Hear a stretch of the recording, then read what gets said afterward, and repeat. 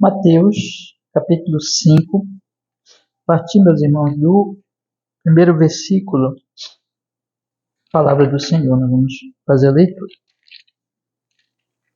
Diz a Escritura, meus irmãos: E Jesus, vendo a multidão, subiu ao monte e, assentando-se, aproximaram-se dele os seus discípulos, e, abrindo a sua boca, os ensinava, dizendo: Bem-aventurados os pobres em espírito, porque deles é o reino dos céus. Bem-aventurados os que choram, porque eles serão consolados. Bem-aventurados os mansos, porque eles herdarão a terra. Bem-aventurados os que têm fome e sede de justiça, porque eles serão fartos. Bem-aventurados os misericordiosos, porque eles alcançarão misericórdia. Bem-aventurados os limpos de coração, porque eles verão a Deus. Bem-aventurados os pacificadores, porque eles serão chamados filhos de Deus. Bem-aventurados os que sofrem perseguição por causa da justiça, porque deles é o reino dos céus. Bem-aventurados sois vós, quando vos injuriarem e perseguirem, e mentindo disserem todo mal contra vós, por minha causa. Exultai e alegrai-vos, porque é grande o vosso galardão nos céus, porque assim perseguiram os profetas que foram antes de vós. Amém. Vamos orar, meus irmãos. Senhor, estamos aqui neste momento santo do santo culto, Senhor, a Ti, para ouvir a Sua voz na exposição das Escrituras. Pedimos a Sua graça para que seja feito assim. O Espírito Santo nos abra o entendimento da palavra e abra também o nosso coração para que possamos, Senhor, ouvir e crer, receber. Perdoa nossos pecados e nos santifica para a Sua glória, nosso bem, em nome de Jesus. Amém e amém. Graças a Deus. Pode sentar, meus irmãos, pode sentar. Amém. Eu quero, irmãos, prosseguir de onde nós paramos hoje de manhã, e nós estamos estudando agora, nos últimos estudos, a respeito de como o Senhor nos consola no seu Filho Jesus, sobre os nossos problemas que nós passamos a experimentar a partir de que Adão caiu. E todos nós já nascemos numa raça caída, fazendo parte de uma raça caída, então nós já nascemos experimentando esses problemas, essas calamidades espirituais, né? E materiais, em todos os sentidos. Então, a grande primeira coisa é que a nossa relação com Deus foi quebrada, foi partida, quando Adão pecou e toda a humanidade também. A segunda coisa é que nós passamos a não nos sentir bem com o nosso próprio ser. A terceira coisa é que nós passamos a ter problemas com o nosso próximo. A quarta coisa é que nós passamos a ter problemas com a criação de Deus, com a natureza. A quinta coisa é que nós passamos a ter problemas com o futuro. Nosso futuro ficou muito tenebroso. E diante de nós temos a morte.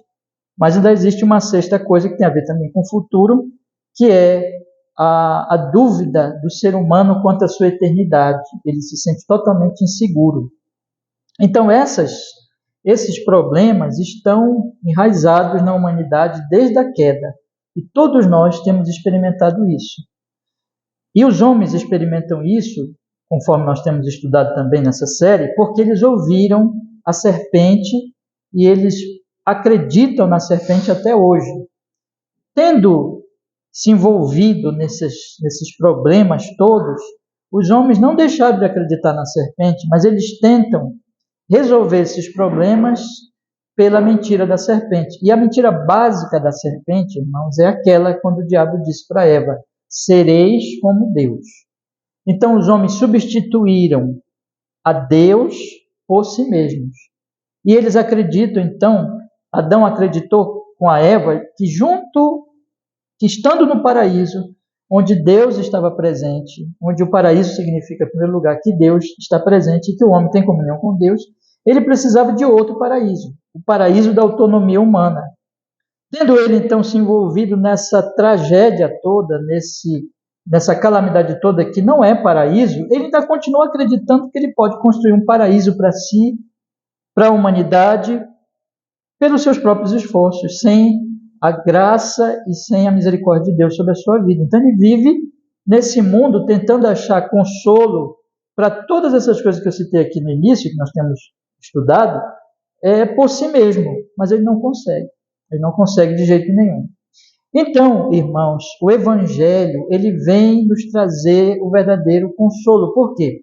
Porque nós temos também ilustrado que o homem, quando ele caiu, ele imediatamente tentou resolver o seu problema, que ele se sentiu nu, e ele se cobriu com as folhas. Mas as folhas não cobrem a nudez. De maneira que só depois, quando Deus vem, mata o animal, cobre toda a nudez do homem com a pele do animal, é que ele tem a sua nudez realmente coberta. E aquilo aponta para a solução, que não é as folhinhas da figueira que o homem põe sobre si, que não cobre nada, mas é o sangue do Cordeiro que iria nos salvar, que iria nos redimir, que iria nos levar de volta ao paraíso com Deus. Então é a esperança do Evangelho, é o consolo do Evangelho. Enquanto o ser humano, ele não ouve o Evangelho, ele não aplica o Evangelho à sua alma verdadeiramente, ele não tem consolo. Ele não tem consolação. O Evangelho, somente o Evangelho pode trazer consolação. E nós estamos agora meditando, estudando, e como Deus faz isso. Veja, Deus, ele opera essas coisas, conforme nós temos visto, apenas na pessoa de seu Filho Jesus. A grande primeira questão que tem que ser resolvida, e que nós estudamos hoje pela manhã, é que o homem precisa ser reconciliado com Deus. Porque, afinal de contas, a tragédia básica inicial, que é a base de todas as outras tragédias, é que ele teve a sua comunhão com Deus quebrada, ele passou a ser inimigo de Deus e Deus inimigo dele. Então, ele precisa de reconciliação com Deus.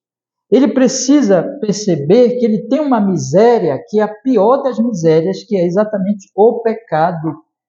Ele está, como diz aqui o texto, a expressão do texto, bem-aventurados os pobres em espírito, essa expressão, essa palavra, ela significa uma miséria total, plena. Só que não é a miséria, irmãos, de dinheiro, econômica, material, mas é uma miséria espiritual. O homem, ele está pobre espiritualmente.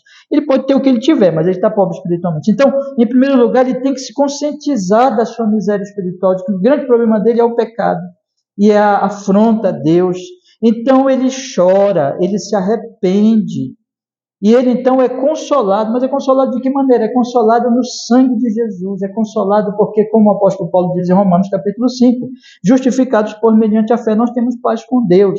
E é nesta paz, quando ele confia em Jesus, ele recebe o perdão, a justificação, ele é perdoado.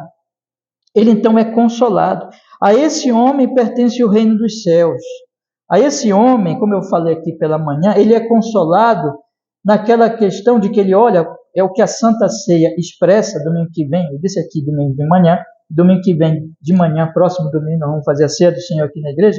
A ceia aponta lá para a cruz, mas a ceia aponta também para a volta de Jesus, porque ela permanece até Jesus voltar.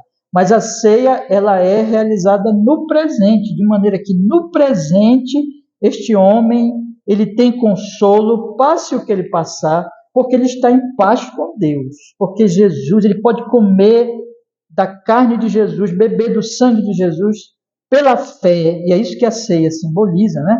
Comer o pão, beber o vinho, pela fé, se apropriar daquilo que Jesus ganhou para nós na cruz todos os dias.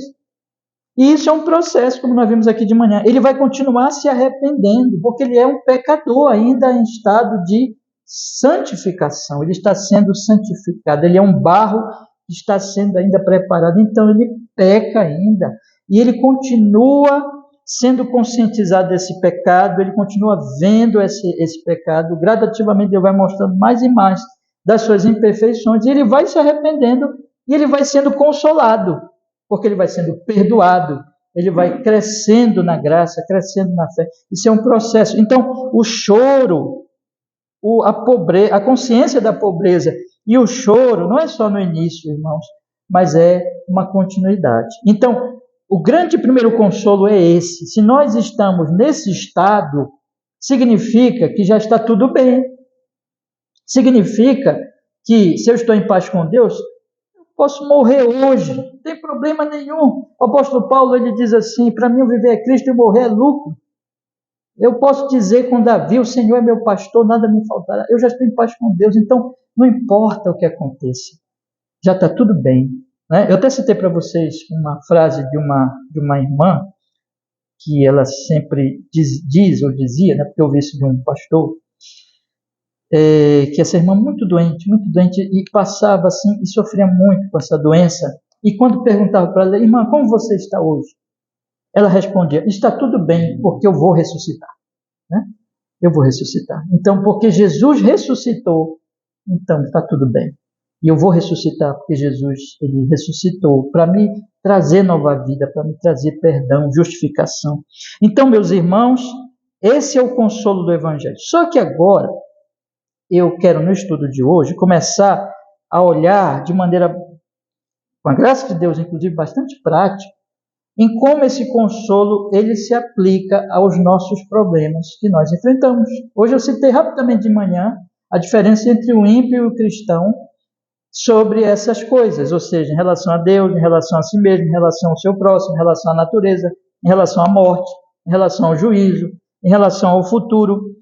O cristão, ele tem uma maneira de lidar com esses problemas de uma forma totalmente diferente do incrédulo.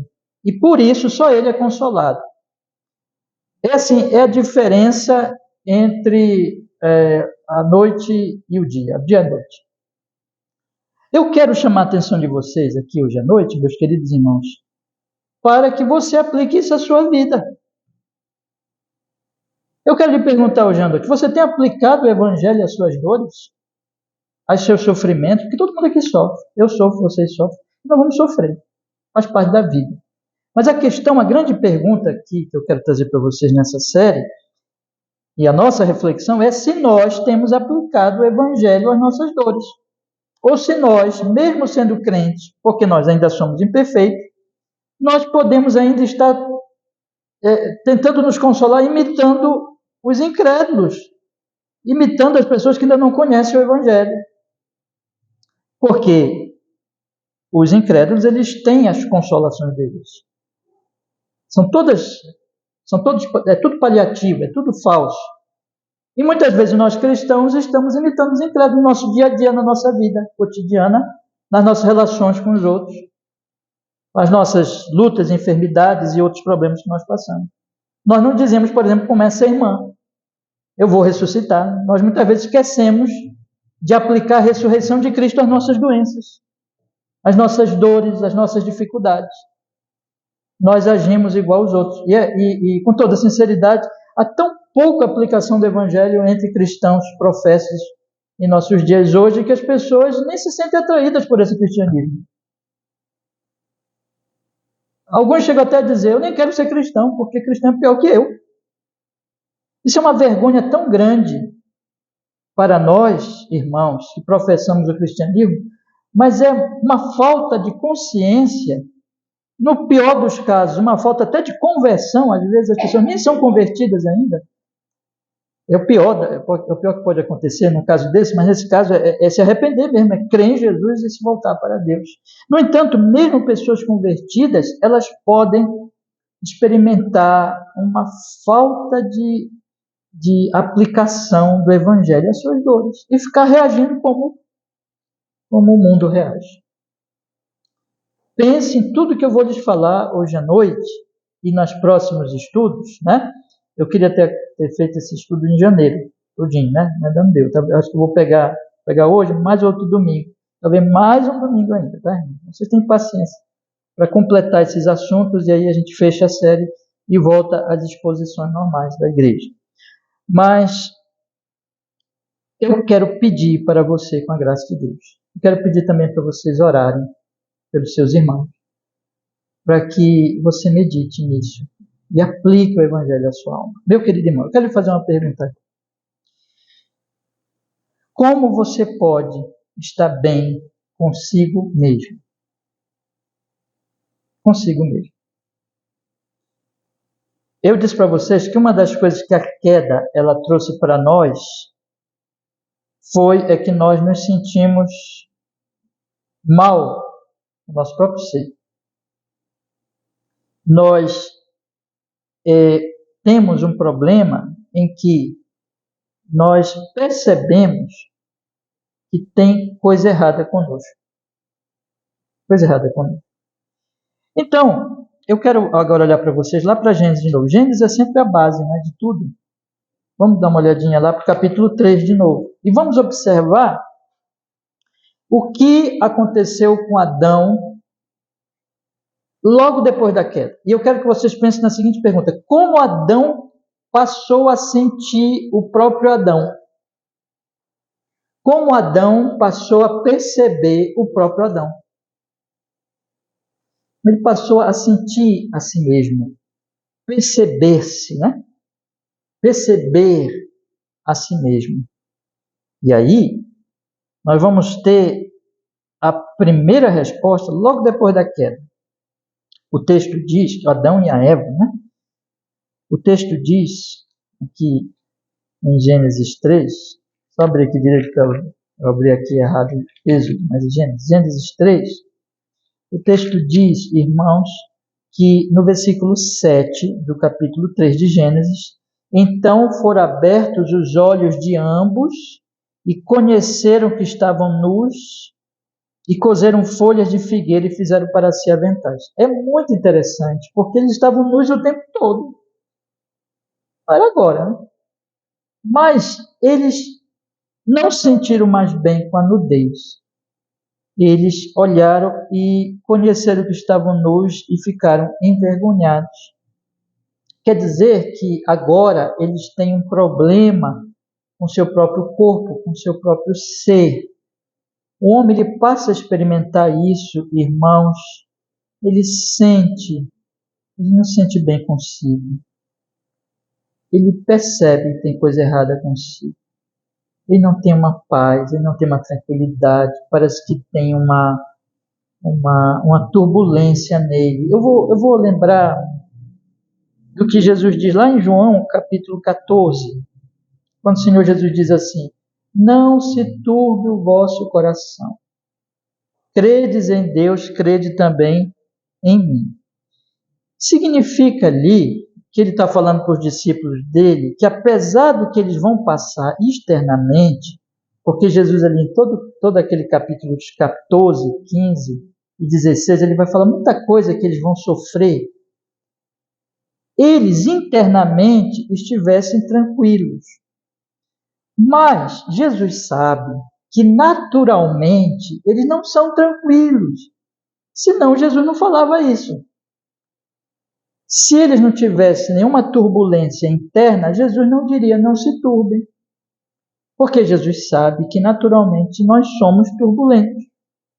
Nós somos pessoas que dentro de nós parece que tem uma tempestade. Às vezes a pessoa está calada, mas dentro dela tem uma dor interna, uma tristeza. Por que, irmãos, isso acontece?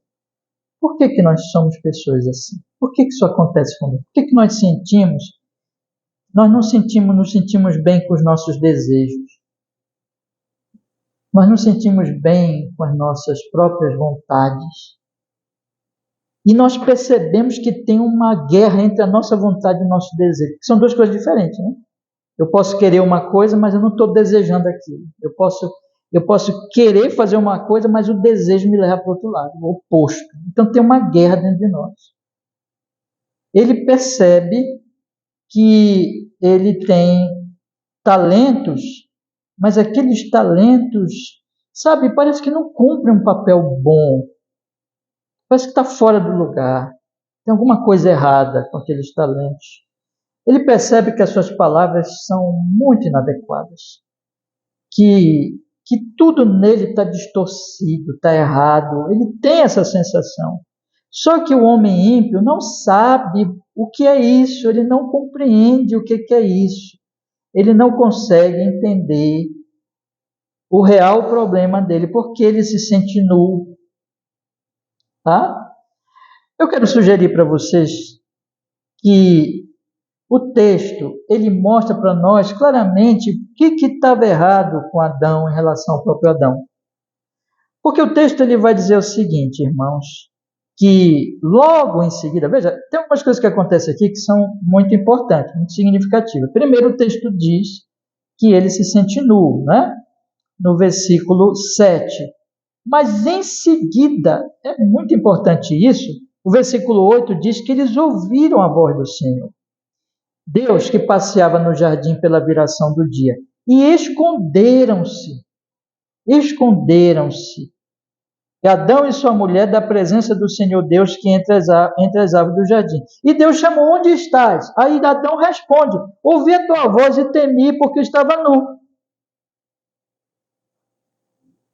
Então, veja que essa nudez é um problema para o Adão, mas é um problema para o Adão diante de Deus. Porque diz assim, eu me escondi porque eu percebi que eu estava nu. Quer dizer que essa nudez, eu penso que nós podemos sugerir, entender, que essa nudez, ela se tornou incômoda, porque ela tem a ver com Deus, porque é uma nudez diante de Deus, irmãos. E quando você vai avançando nas Escrituras, essa nudez diante de Deus significa que o homem, ele está sem uma cobertura diante do Deus vivo, que ele está nu diante do Deus vivo, e eu acho que uma das piores coisas que nós podemos imaginar, eu vi um certo pregador colocar isso, eu achei interessante, eu vou usar essa ilustração, é de repente se uma pessoa numa multidão, sabe? Ela acordasse e ela visse que ela está completamente nua. Isso seria uma experiência terrível. Nu no meio de uma multidão. Ninguém gostaria de passar por isso. Mas é uma sensação, portanto, de profunda vergonha diante dos olhos dos outros, a própria nudez. De forma, meus irmãos, que o que o texto sugere aqui, nós podemos entender, e quando nós olhamos o resto das Escrituras, que falam de nudez também, e que falam de cobertura, que falam, por exemplo, eu li com vocês um texto, a Bíblia, ela se relaciona, ela é maravilhosa, mas olha, não fecha aí o Gênesis, mas bora só para vocês entenderem o que eu estou falando, dê uma olhadinha lá no Apocalipse capítulo 3, eu já li esse texto aqui, na série, em relação a um outro aspecto, mas eu quero chamar a atenção de vocês. Olha o que o Senhor Jesus diz para a igreja de Laodiceia, né? Ele diz assim, versículo 17, como dizes, capítulo 3 de Apocalipse, versículo 17. E, por favor, não feche o Gênesis, tá? Ele diz assim, como dizes, rico sou, eu estou lendo 3,17, como dizes, rico sou, estou enriquecido, de nada tenho falta, e não sabes que és. Olha o que o Senhor Jesus diz, desgraçado, miserável, pobre, cego, e o que, irmãos? Nu. Entendeu? Aí o texto continua. Aí Jesus diz assim, tu não sabes disso, mas eu te aconselho que de mim compres ouro provado no fogo, para que te enriqueças, e roupas brancas para que te vistas. Olha que linguagem maravilhosa. E não apareça a vergonha da tua nudez. Olha aí. E que unjas os teus olhos com colírios para que vejas. Ele está dizendo assim, só tem um jeito para a tua nudez. É que eu te dê roupas brancas. Que cubra a tua vergonha e que não apareça a tua nudez. Não foi o que o Senhor fez lá? Quando ele matou o animal, ele deu roupa que cobria a Eva todinha, cobria Adão todinha, e aí eles perderam a vergonha. É Deus que dá roupa. Agora, que roupa é essa? Que roupa branca é essa? Quem é que nos dá essa roupa branca? Que roupa branca é essa, irmão? É o sangue de Jesus que nos torna brancos. Nós cantamos aqui de manhã, alvo mais que a neve. Aquele hino lindo, né? Alvo mais que a neve. O que nos torna alvos? Branquinhos, puros, vestidos diante de Deus? Sangue de Jesus. O sangue de Jesus é a nossa roupa. E o Senhor está dizendo assim: ei, vocês não estão percebendo que vocês estão nus? Venham, eu vou cobrir vocês. O que significa então essa nudez? Significa que o homem percebe que ele não pode estar, preste bem atenção nisso, ele não pode estar na presença do Santo Deus que vê todo a sua profundidade, todo o seu coração. Ele vai lá no fundo e ele investiga tudo. Sabe, um homem pode estar diante do outro homem. Um homem pode ser hipócrita diante do outro homem. O homem pode mentir para outro homem. Ele pode se fazer de bom, de amável, de justo. Ele pode fazer de conta que ele está vestido. Mas diante de Deus, Deus sabe que ele está nu. Deus sabe que ele está nu. Então, diante de Deus, o homem não pode estar coberto, a não ser que o próprio Deus o cubra. O que está acontecendo aqui é que Adão foge de Deus porque ele se sente em vergonha, nu, culpado, culpa diante de Deus. Ele é culpado. Todo ser humano sabe disso. Todo ser humano sabe que é culpado diante de Deus, que é nu. Só que ele tenta esquecer isso, enganar a si mesmo. Mas o que Jesus diz? Bem-aventurados os pobres de espírito. Bem-aventurados os que sabem da sua pobreza, da sua cegueira, da sua nudez, irmãos. É o Evangelho que nos traz consciência. O Adão, ele fugiu de Deus, que disse: eu percebi que eu estava nu, por isso eu fugi de ti. E está lá as folhinhas, cobrindo, não cobre nada. Ele tem que entender, ele tem que reconhecer diante de Deus que ele está nu. E ele tem que ser coberto pelo sangue de Jesus. Ele tem que olhar para a cruz de Jesus e perceber que Jesus se fez culpado para que ele seja absolvido. Que Jesus se fez pecado, que caiu sobre ele o pecado do culpado, para que esse culpado agora seja coberto pelo sangue de Jesus e possa cantar: alvo mais que a neve, o teu sangue me torna assim. É isso, irmãos. Se não for o sangue de Jesus, esse culpado se sentirá sempre culpado. E ele então vai correr de Deus, ele vai fugir de Deus, ele vai se esconder de Deus entre as árvores. Mas Deus está dizendo para ele: olha que coisa maravilhosa. Onde estás, Adão? Vem, Adão. Vamos conversar sobre isso. Diga para mim qual é o teu problema. Adão, eu tenho a solução. Eu tenho um animal que eu matei e que vai cobrir a tua nudez. E esse animal está apontando para o meu filho, que vai cobrir a tua nudez. Então esse homem não tem consolo da sua nudez, enquanto ele não aplica o sangue de Jesus à sua alma. Vamos pensar mais um pouco. Significa, portanto, que ele não consegue olhar para si mesmo, a não ser que ele se veja lavado, purificado pelo sangue de Jesus. Ele está sempre se sentindo nu. Ele tenta cobrir isso com a religião. Não adianta, são folhinhas. Ele tenta cobrir isso com a sua intelectualidade, com a sua filosofia. Não adianta, são folhinhas. Ele tenta cobrir isso com a sua ciência. Não adianta, são folhinhas. Ele tenta cobrir isso com seus grandes projetos. Não adianta, são folhinhas. Culpado. Ainda que essas coisas tenham sua utilidade, ainda que a filosofia tenha utilidade, a ciência, são coisas que são úteis em muitos aspectos. No entanto, não pode resolver o problema da nudez dele. Esse é o primeiro ponto, o primeiro aspecto.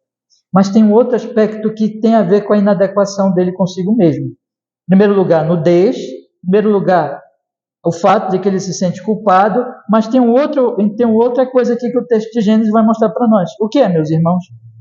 Voltando já para Gênesis, né?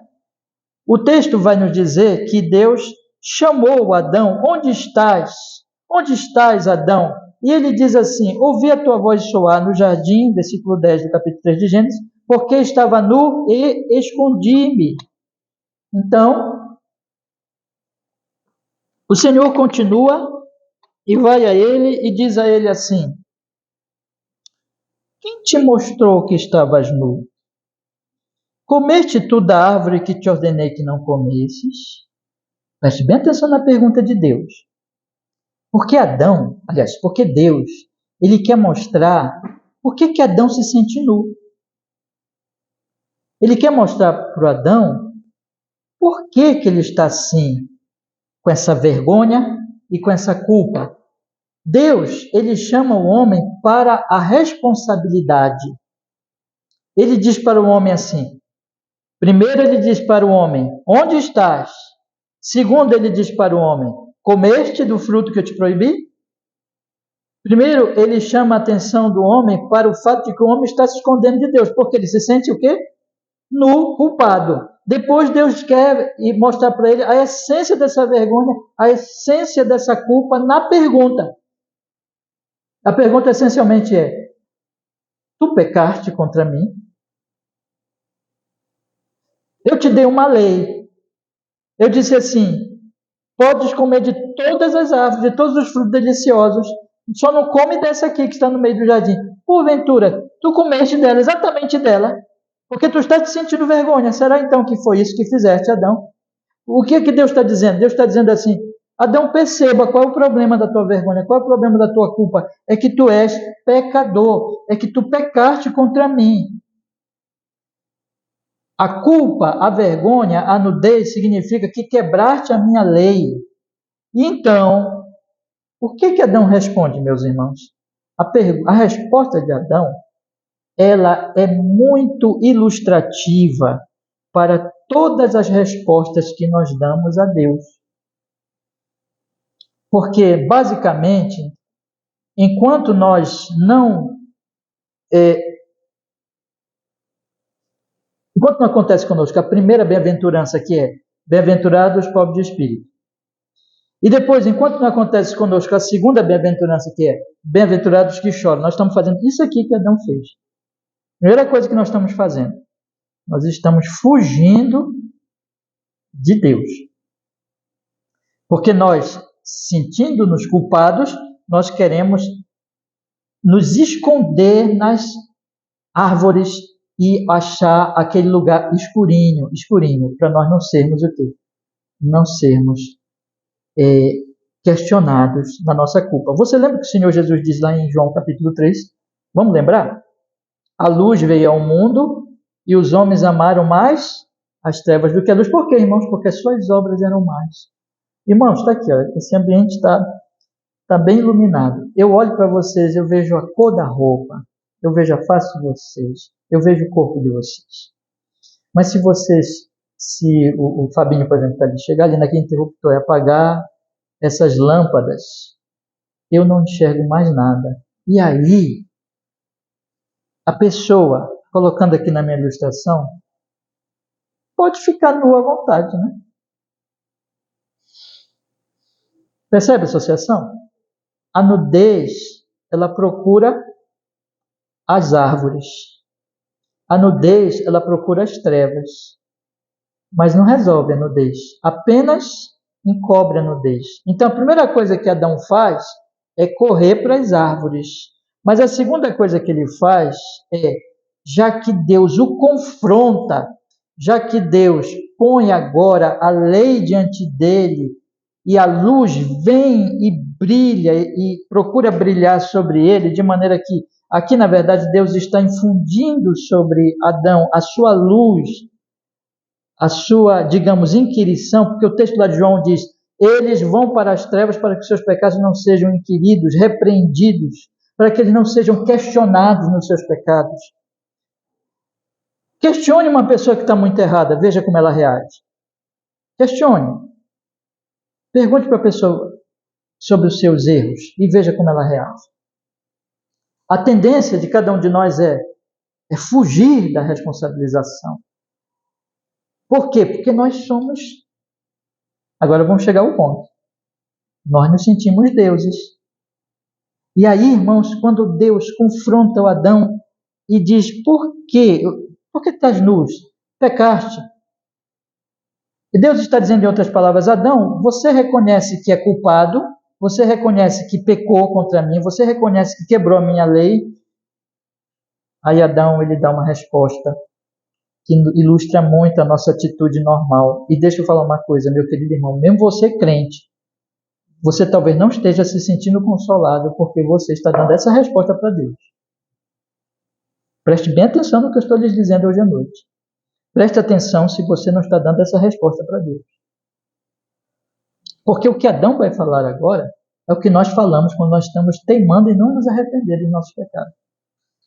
Ele vai dizer o seguinte para Deus. Ele vai dizer assim, versículo 12. A mulher que me deste por companheira, ela me deu da árvore e eu como. Você está entendendo o que ele está dizendo aqui? Ele está dizendo assim, Deus, olha, ele se sente nu, ele se sente culpado, ele se esconde lá atrás da árvore. Aí Deus chama ele, vem cá, não, tu comeste da árvore que eu te proibi. Em vez de ele chegar para Deus e dizer assim, Senhor, eu pequei, eu reconheço, eu sou um pecador, reconheço a minha miséria, reconheço a minha culpa, ele se esquiva da culpa e ele acusa o próprio Deus. Ele questiona o próprio Deus. Ele diz assim, sabe de quem é a culpa? Deus. Eu vou te dizer de quem é a culpa. A culpa é tua, porque afinal de contas, tu me deste essa mulher. É como quem diz assim, eu estava muito bem sozinho, e tu me deste essa mulher, e foi ela que trouxe o fruto e me deu. Se tu não tivesse feito isso, eu não era culpado. Você está entendendo a resposta dele? Ele está dizendo assim, a mulher que me deste, eu, como alguns dizem, euzinho, né? Não, euzinho não fiz nada. Eu sou bom, eu sou sempre correto, eu sou sempre justo em tudo que eu faço. E o problema é Deus. Irmãos, preste bem atenção no que eu estou lhes dizendo hoje à noite. O homem, ele está com um problema da nudez aqui. O homem, ele não se sente adequado consigo mesmo. O homem, ele tenta resolver isso ou indo para as trevas ou acusando Deus. Tem um texto lá de Paulo, lá em Romanos, capítulo 3. Eu vou ler, eu lembrei agora, eu vou ler, porque é importante esse texto. Bora pegar lá rapidinho. Leia comigo em Romanos, capítulo 3. Olha o que Paulo diz aqui em Romanos, capítulo 3. Olha o que ele diz, meus irmãos. Ele diz assim, Romanos, capítulo 3...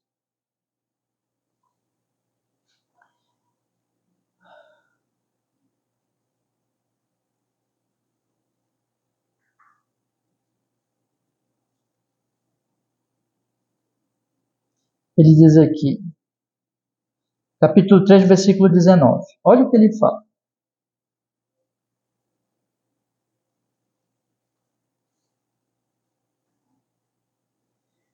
Ora, nós sabemos que tudo que a lei... Romanos 3, 19. Ora, nós sabemos que tudo o que a lei diz, aos que estão debaixo da lei o diz, para que toda a boca esteja o quê, meus irmãos? O que está escrito aí? Fechada. Está assim na tradução de vocês? Não é? Não? Se cale. Ou fechada. E o mundo seja condenado diante de Deus. O que é que Paulo está dizendo? Paulo está dizendo assim, quando o homem ele é confrontado e ele realmente se submete à lei de Deus, a lei de Deus brilha nele e ele enxerga a realidade do seu pecado, da sua culpa, o que que ele faz, irmãos? Ele fecha a boca. Ele se cala. Ele se cala. Por quê? Foi isso que Adão não fez. Adão não se calou. Adão não fechou a boca. Adão questionou Deus. Culpou a Deus. Porque Adão não estava arrependido. Porque Adão não estava vendo a própria pobreza espiritual dele. Porque Adão não estava chorando pela sua culpa, pelos seus pecados. Por isso ele abre a boca, ele acusa Deus, ele desafia Deus. Mas o Paulo está dizendo aqui que quando o homem é confrontado verdadeiramente pela lei de Deus, ele se cala. Ele diz assim: eu não posso questionar Deus.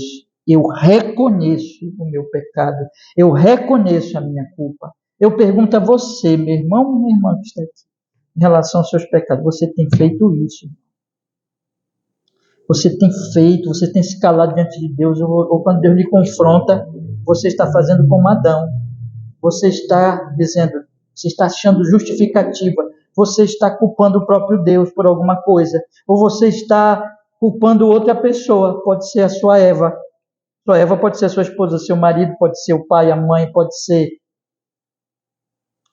sei lá, alguém próximo. Mas é isso que nós fazemos quando nós não estamos sendo consolados pelo Evangelho. E não tem consolo. Preste bem atenção no que eu estou dizendo. Enquanto você ficar falando para Deus, questionando Deus e não reconhecendo seu pecado, você não será consolado. Porque você não está chorando pelos seus pecados. Porque você continua desafiando a Deus e dizendo que quem está errado é Deus.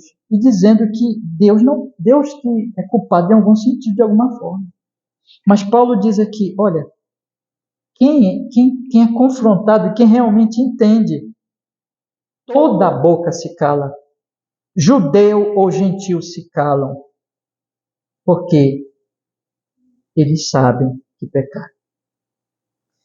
Meus irmãos, meu tempo está acabando ali, mas eu quero ir para o final, porque eu não quero deixar esse assunto para outra exposição. Então, eu vou falar mais um pouco e a gente encerra. Porque agora eu quero fazer a aplicação. Veja, o que acontece com a vida cristã? O que acontece com a nossa vida cristã? A vida cristã ela é um processo, meus irmãos. Ela é um processo. Ela é um processo onde nós estamos chorando e sendo consolados. Chorando e sendo consolados. Chorando e sendo consolados. O choro, ele acontece lá no início. A consciência, o choro e a consolação, ele acontece no dia da conversão nossa. Mas não para aí não, meus irmãos. Sabe por quê? Porque nós, irmãos, porque nós somos um relógio quebrado. Relógio quebrado, gente. O ponteiro não está funcionando direito. O ponteiro dos minutos, das horas e dos segundos. E Deus, ele está abrindo esse relógio, olhando o mecanismo e acertando as peças uma com a outra. Isso ele está fazendo por toda a nossa vida. É aquilo que nós chamamos de quê, irmãos? Santificação. Ele está fazendo isso em nós. E quando ele vai fazendo isso em nós, ele mostra assim para nós, olha, meu filho, esse ponteiro aqui não está marcando a hora certa. Eu preciso mexer aqui no mecanismo. Você reconhece isso, meu filho? Você reconhece que você comeu da árvore que eu te proibi? Irmãos, enquanto nós ficamos dizendo, não Deus, não Deus, o Senhor está errado, Deus. Irmãos, nós estamos como Adão. Naquele aspecto da nossa vida, nós estamos nos escondendo nas árvores, tentando nos cobrir com as folhinhas. Nós estamos achando paliativos. E não adianta, irmão, não tem paz, não tem consolo nessa situação. Porque só é consolado o que chora. Só é consolado o que se arrepende. Então eu quero hoje dizer para você o seguinte, nós, seres humanos, nós sentimos que existe uma inadequação em nosso ser. Nós sentimos que tem alguma coisa errada em nós. E o que está errado em nós, basicamente, é que nós somos pecadores. Nós já fomos justificados lá em Cristo Jesus, mesmo nós crentes, sim, mas nós ainda continuamos pecando, irmãos. E Deus, ele continua nos confrontando pela sua lei, pela sua palavra, para que nós venhamos nos arrepender dos nossos pecados. Isso é dolorido, irmãos, é dolorido, mas é muito necessário. O nosso dever não é nos esconder de Deus, não é dizer, abrir a boca e tentar questionar Deus, mas é, sinceramente, meditarmos, é fazer o que Paulo diz lá em Romanos 3, é irmos diante da lei de Deus e com sinceridade, com oração, pedindo graça, dizendo assim: Deus, Senhor, mostra-me os meus pecados, mostra-me toda vez que eu comi o fruto proibido, Senhor, toda vez que eu fiz o que eu fiz que te desagrada, Senhor, eu não quero me esconder entre as árvores, eu quero me apresentar diante da sua lei para que eu seja conscientizado das minhas pobrezas espirituais, das minhas debilidades espirituais. E eu quero encontrar consolo no sangue de Jesus, Senhor. Lembra que o apóstolo João diz na cartinha dele, lá 1 João, ele diz assim: Filhinhos, eu vos escrevi para que não pequeis. Se todavia alguém pecar, temos um advogado diante de Deus, Senhor Jesus. E ele é propiciação pelos nossos pecados. Ele diz no capítulo 1, ele diz assim: quem diz que não pecou não é de Deus. Mas, se confessarmos os nossos pecados, o que acontece? Ele é fiel e justo para nos perdoar os pecados e nos purificar de toda injustiça. Irmãos, enquanto nós estamos nessa vida, vocês, meus queridos irmãos, todo crente ele tem essa experiência. Preste bem atenção no que eu vou dizer. O ímpio não tem essa experiência. O ímpio sente que alguma coisa está errada com ele, mas ele não sabe o que é. O crente sabe o que é. O crente sabe o que é o pecado. O crente odeia o pecado. E o crente sabe, ele sabe, que ele ainda é pecador, que ele ainda é imperfeito. E essa é a tristeza dele. E ele tem que continuar se expondo à lei para que esse pecado seja desmascarado, para que aquelas coisas que estão lá encobertas, sabe, que ele está se escondendo entre as árvores, ele está questionando a Deus, seja desmascarada. E ele então, o que ele faz? Ele se cala. E tudo que ele faz, na verdade, é dizer: pequei, Senhor. A única coisa que ele pode falar não é: Deus, tu me deste a mulher. A única coisa que ele pode falar é o que João diz: confessar. Pequei, Senhor, contra ti. Arrepender-se dos seus pecados. Meus queridos irmãos, vocês querem sentir-se bem consigo mesmos? Eu quero fazer essa pergunta hoje à noite. Você quer sentir-se bem consigo mesmo? Então, todos os dias, faça uma autoavaliação, vá a Deus e diga: Deus, eu pequei nisso, eu errei, Senhor. Mostra-me, Senhor, meu pecado. Eu quero me arrepender. Eu quero deixar isso que te desagrada, Senhor, e que eu estou todo tempo te questionando, dizendo assim: Deus, não é assim, Deus, eu tenho razão, Deus, ou Deus, de alguma maneira tu és culpado, ou a Eva é culpada, ou não sei quem mais é culpado por eu ser assim. Não. É reconhecer que nós somos pecadores, é confessar, e a partir daí, irmãos, é que nós vamos experimentando a paz de Deus, o consolo do Senhor. Isso é a vida cristã. Nós vamos chorando, confessando, sendo consolados. Porque nós somos esse relógio que Deus está mexendo as peças e nos consertando gradativamente. Eu quero convidar você hoje à noite a deixar de ser teimoso, a deixar de questionar Deus, a deixar de tentar se esconder entre as árvores e confessar que você tem pecado, pedir perdão dessa coisa aí que você sabe que você está fazendo que é pecado. Você sabe. Pecados secretos aí, que você precisa confessar, você precisa se arrepender, você precisa abandonar isso. E na graça de Deus, ser consolado, ser purificado. Vá a Jesus hoje à noite. E aí, irmãos, ele está fazendo essa obra. E essa obra vai continuar até você morrer. E lá no céu, você vai se sentir totalmente adequado. Enquanto você está aqui, você ainda não se sente bem. É normal, mas você está em processo de conserto. Deus está consertando a sua alma. Vá a Jesus e não questione, cale a sua boca e só diga uma coisa: pequei, Senhor, me perdoa, me purifica, me santifica no poder do Teu Espírito Santo. Em nome de Jesus. Amém. Deus nos abençoe. Vamos orar? Só assim, meus irmãos, nós seremos consolados mais e mais. Amado Senhor Deus, tenha misericórdia de nós. Nós somos pessoas que precisam ser confrontadas todos os dias pela sua lei, pela sua palavra, pelos seus mandamentos. Nós precisamos nos arrepender, sim, dos nossos pecados.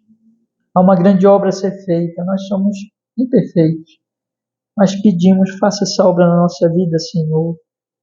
Conceda que nós que estamos aqui, a nossa querida igreja, cada irmão, não se torne negligente, mas pela obra da graça se torne operante nesse trabalho de meditação, de confronto da lei de Deus, de arrependimento, de confissão e de consolação pelo sangue de Jesus. O sangue de Jesus, seu Filho, nos purifica de todo pecado.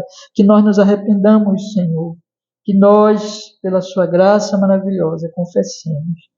E que o Senhor abençoe que cada irmão da igreja seja consertado, santificado, chore e seja consolado, até que então, na glória, nós estejamos todos preparados para estar na sua presença para sempre. Faça essa obra, Senhor, em nós te pedimos, em nome de Jesus, que assim seja. Amém e amém. Deus nos abençoe. Eu convido os irmãos a pegarem seu programa de culto, tomarem o programa de culto. Nós vamos fazer a leitura da ponto número 10. Vamos